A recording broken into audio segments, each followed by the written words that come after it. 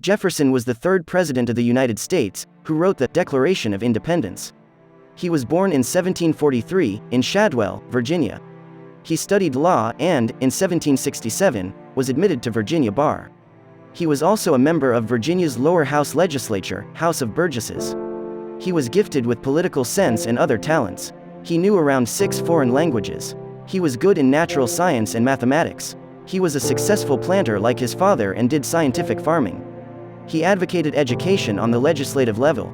He proposed that students, who are well in the study, must be granted a scholarship.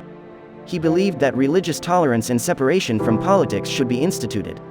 The impact of his views is seen in Virginia legislation followed by bills of rights when the church is separated from state affairs and later countries.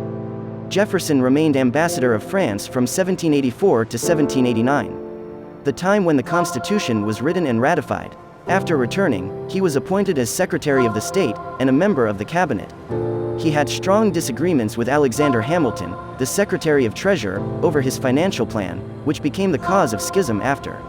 Later, American politics was divided into two parts wherein the one side, Federalist, led by John Adams, and another side, Democratic Republic, led by Thomas Jefferson.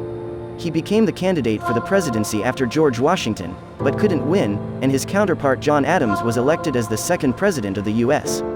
However, he competed again in the next election and was elected as the president in 1800. He was a more moderate president, whose presidency constitutes conciliation. Among all his achievements, Louisiana Purchase is one of the most significant events owing to its history's peaceful handover of the vast land.